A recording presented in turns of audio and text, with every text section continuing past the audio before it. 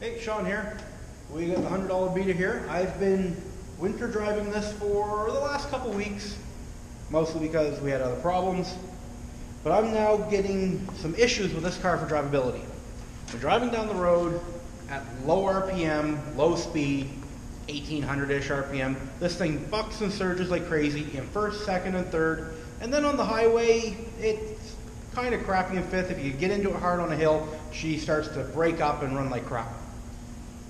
I've checked all the sensors, did a new throttle position sensor, I cleaned the throttle body, cleaned the MAF air meter, cleaned the intake air temperature sensor.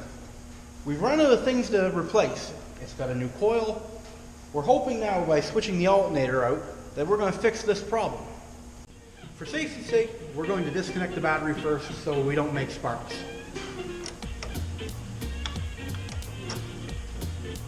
With the battery disconnected, next step is to remove the belt. You can either remove it down here on the tensioner with a wrench, or you can just kind of grab a hold of it, give it a pull, and wiggle it off. Drop it out of the way. Now undo some bolts.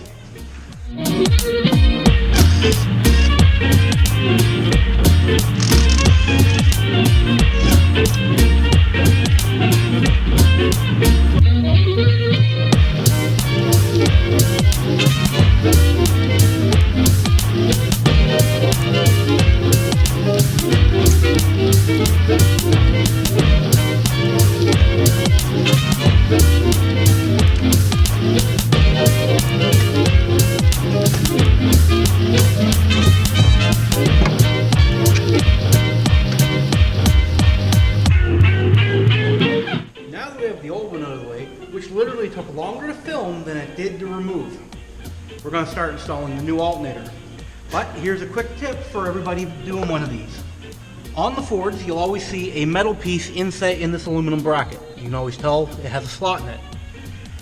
You've seen how hard this come out. I had to use a pry bar, a bunch of wiggling.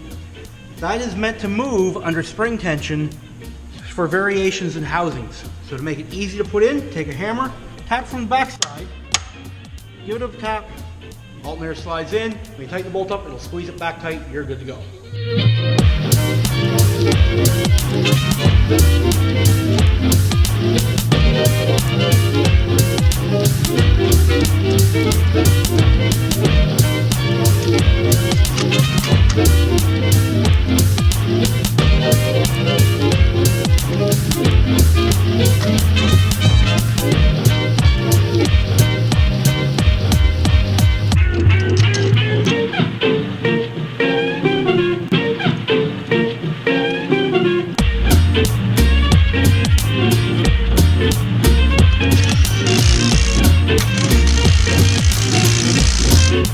Last thing to do before we hook the battery back up is put the belt back on. 15mm wrench down on the tensioner. Get your belt all lined up. Set to where you want it. Lift up on the tensioner. Get her under. Release. Done. Hook the battery up. Should be sailing.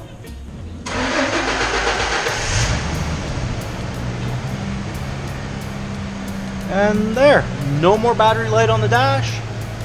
We'll take it for a drive and make sure this actually fixes the problem, but that's how you change an alternator in a 95 V6 Mustang. So that's it. Be sure to like, share, and subscribe, and have a good day.